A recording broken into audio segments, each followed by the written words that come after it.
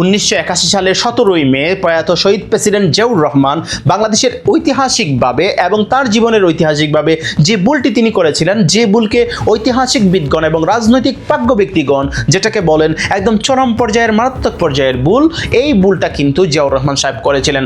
ওই একই ভুলটা কিন্তু তার সন্তান জনাব তারেক রহমান সাহেব 2026 সালেও প্রধানমন্ত্রী থাকাকালীন অবস্থায় তিনি একই ভুল করতে যাচ্ছেন। এই একই ভুলের প্রায়শ্চিত্ত কিভাবে তারেক রহমান সাহেব করবেন এটা তো সময়ই বলে দিবে। কিন্তু আমরা যদি ঐতিহাসিকভাবে একটু পিছনের দিকে যাই তাহলে আমরা দেখতে পাই যে শেখ হাসিনাকে যখন 1981 সালের 17ই মে করমিটুলা বিমানবন্দরে তিনি যখন ল্যান্ড করলেন শেখ হাসিনা, সেই ল্যান্ড করার সর্বোচ্চ 13 দিনের মাথায় প্রয়াত শহীদ প্রেসিডেন্ট জিয়াউর রহমানকে তার জীবনের বিনিময়ে সেই যে ভুলের প্রায়শ্চিত্ত করতে হয়েছিল, সেই একটি উজ্জ্বল নক্ষত্র বাংলাদেশ থেকে হারিয়ে গিয়েছিল। জিয়াউর রহমান সাহেবের শূন্য স্থান কাটাতে আমাদেরকে 2026 সাল পর্যন্ত অপেক্ষা করতে হয়েছে।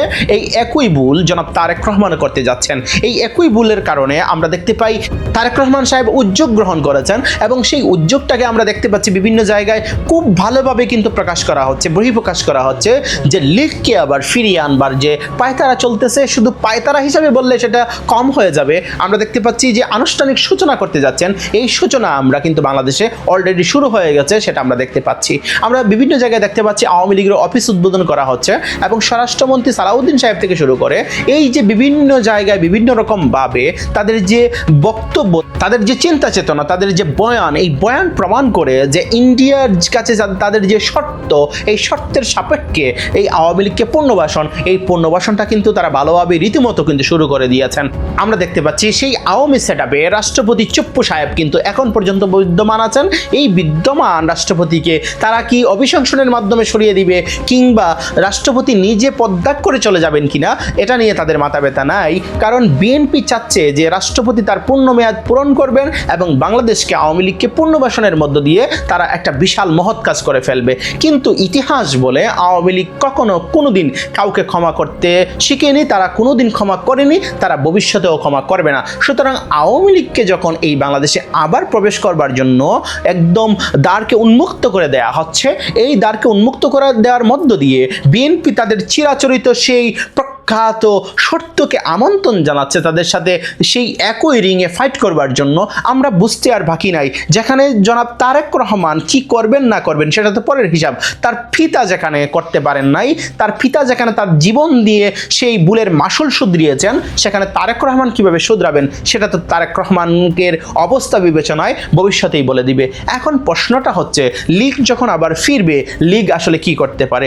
লীগকে আমরা চিনি তারা চরম পর্যায়ের প্রতিশোধ পরায়ণ একটি দল, যারা সর্বশক্তি দিয়ে তারা প্রতিশোধ নিতে জানে এবং প্রতিশোধ নেবার জন্য তারা খুব ভালোভাবেই কাজ করতে পারে। আমরা দেখতে পাই জামাত ইসলাম এবং এনসিপিকে রুখে দেবার জন্যই কিন্তু তারেক রহমান সাহেব কিন্তু এই যে লীগকে আবার ফিরাতে চাচ্ছেন। কিন্তু কথা হচ্ছে যে লীগকে শুধু বাংলাদেশে আইসা জামাত ইসলাম এবং এনসিপিকেই ধরবে?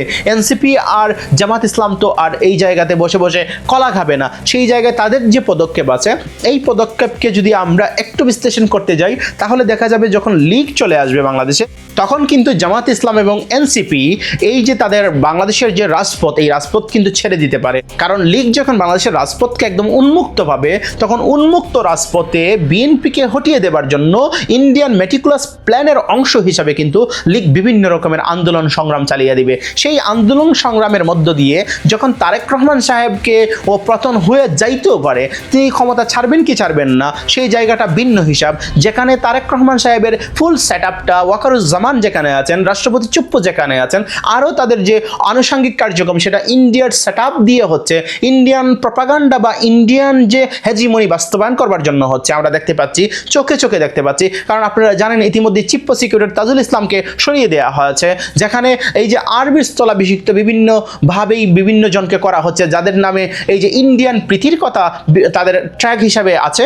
এই রকম যে অবস্থা, এই অবস্থার পরিপ্রেক্ষিতে আমরা যখন দেখতে পাই এই জুলাই বিপ্লবকে বিএনপি অস্বীকার করতেছে, প্রায় এই জুলাই বিপ্লবের আশা আকাঙ্ক্ষাকে একদম ধূলিসাৎ করতেছে, বুলুণ্ঠিত করতেছে, এমন তো অবস্থায় দাঁড়িয়ে এই লীগকে যখন আবার পুনর্বাসন করবে তখন কিন্তু এই পুনর্বাসনকারী বিএনপির উপরেই চড়াও হবে এই আওয়ামী লীগ। এই আওয়ামী লীগ যখন চড়াও হয় তাদেরকে আবার বিভিন্ন রকমভাবে যাতাকলে পিষ্ট করবে, ইন্ডিয়া তাদেরকে পিছন থেকে সাপোর্ট দিবে। কারণ একটা কথা মনে রাখতে হবে, প্রয়াত শহীদ প্রেসিডেন্ট জিয়াউর রহমানের সন্তান তারেক রহমান যত ইন্ডিয়ান প্রেমী হন না কেন, তারেক রহমানের শরীরে যে রক্ত বইছে ওই রক্ত আমাদের সম্মানিতা যিনি মরহুম হয়ে গেছেন আমাদের বেগম খালেদা জিয়ার রক্ত বইছে, প্রয়াত শহীদ প্রেসিডেন্ট জিয়াউর রহমানের রক্ত বইছে। সেই জায়গায় তারেক রহমানকে কোনোদিন কোনো আধিপত্যবাদী শক্তি বিস্তারকারী শক্তি কখনোই বিশ্বাস করবে না। ইন্ডিয়া তারেক রহমানকে বিশ্বাস না করবার একটা প্রধানতম কারণ হচ্ছে তারেক রহমান শহীদ প্রেসিডেন্ট জিয়াউর রহমান এবং খালেদা জিয়ার সন্তান। সুতরাং তারেক রহমানকে বিশ্বাস করবে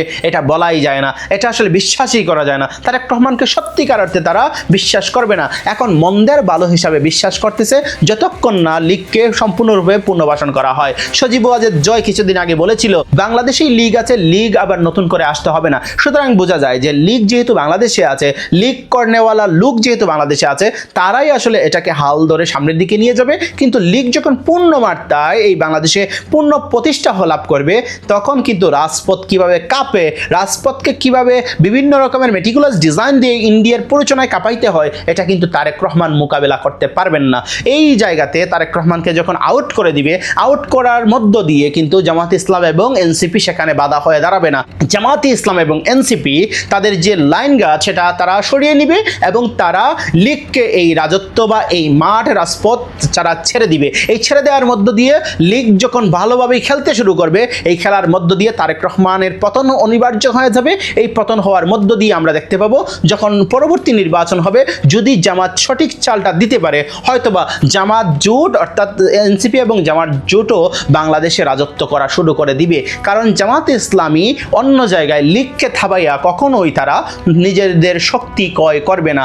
কারণ যেখানে জনাব তারেক রহমান বাংলাদেশের বর্তমান প্রধানমন্ত্রী, তিনি যদি সেই অনুমতি দিয়ে দেন লীগকে পুনর্বাসন করবার জন্য, তাহলে জামাত কেন এখানে কাবাবের হাড্ডি হয়ে কেন তারা বিভিন্ন জায়গায় বাধা দিবে? বিএনপি লীগকে পুনর্বাসন করবার আগ পর্যন্ত হয়তো বিভিন্ন রকমের প্রতিবাদ করবে, সমাবেশ করবে, কিন্তু লীগকে পুনর্বাসন করে দিলে তারা কখনোই আর কথা বলবে না। এমনও হইতে পারে জামাত ইসলামের সাথে একটা জোটের মধ্য দিয়ে হয়তো আবার বিএনপির পতন হইতে পারে। এমন এক অবস্থা তৈরি হবে এই তারেক রহমানের ঐতিহাসিক ভুলের কারণে, যে ভুলের কারণে হয়তো আগামী 100 বছরও আর বিএনপি মাথা তুলে দাঁড়াইতে পারবে না।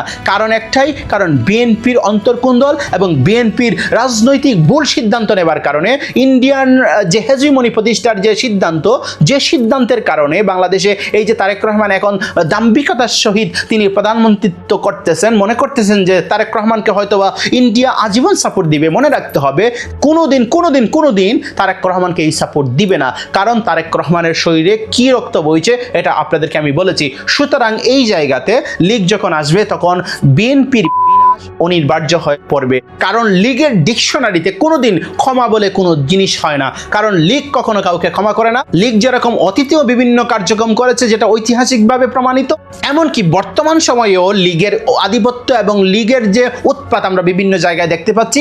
বিএনপির অমুক তমুক এইকে সেইকে একদম ছাপড়ি চুপড়িকে একদম দিচ্ছে, এরকম বিভিন্ন নিউজ আমরা দেখতে পাই। ঠিক তেমনিভাবে কিন্তু ভবিষ্যতেও লীগের যে উৎপাত সেটা কিন্তু বেড়ে যাবে। সুতরাং এই জায়গায় জামাতে ইসলামীর একদম পরিপক্কতার পরিচয় হবে লীগকে মাঠ ছেড়ে দেওয়া এবং তারা সুন্দরভাবে তারা যাতে ভালোভাবে তাদের নিজেদের বাস্তবায়ন করবার জন্য খুব ভালো কাজ করতে পারে এটার জন্য প্রস্তুতি নেওয়া এবং একসাথেই যেন এদেরকে আসলে বিতাড়িত করা যায় এটার একটা ব্যবস্থাও করা। কারণ আমরা জানি, আমরা বলতে চাই যে এই বাংলাদেশে বিএনপির যে আধিপত্যবাদ প্রতিষ্ঠা করবার যে হীন প্রচেষ্টা এটা কখনোই বাস্তবায়িত হবে না। কারণ বিএনপি একটা ট্র্যাপে পড়েছে।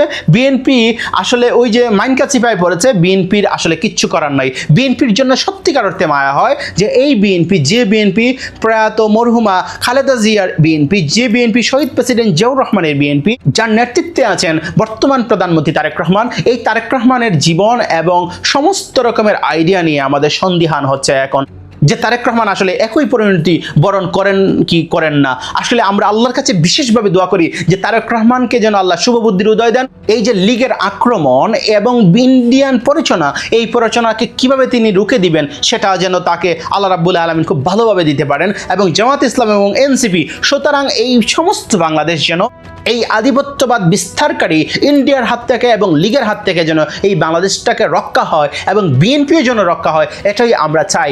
কিন্তু আসলে নিজে যদি খাল কেটে কুমির আনেন তাহলে আর কি করার আছে। তারেক রহমান আসলে লীগকে খাল কেটে কুমির হিসাবে নিয়ে আসতেছেন। দেখা যাক ভবিষ্যৎ কেমন হয়। তবে একটা জিনিস মনে রাখবেন, ভবিষ্যৎ খুব ভালো হবে এমনটা ভাবাও বোকামি, কারণ লীগ কখনোই ক্ষমা করে নাই, কখনো করবেও না। লীগ আজীবন ছিল, লীগ আজীবন আছে এবং আজীবন থাকবে, সেটা ইন্ডিয়ান পন্থী হয়েই থাকবে। সুতরাং এই জায়গায় আর যতই কাহিনী করেন কোনো কাহিনী কাজে আসবে না। এই বিএনপি তাদের নিজেদের কপাল নিজেরাই নষ্ট করতেছে, নিজেদের কপালে নিজেরাই কুড়াল মারতেছে। কেন মারতেছে আসলে আল্লাহই জানে।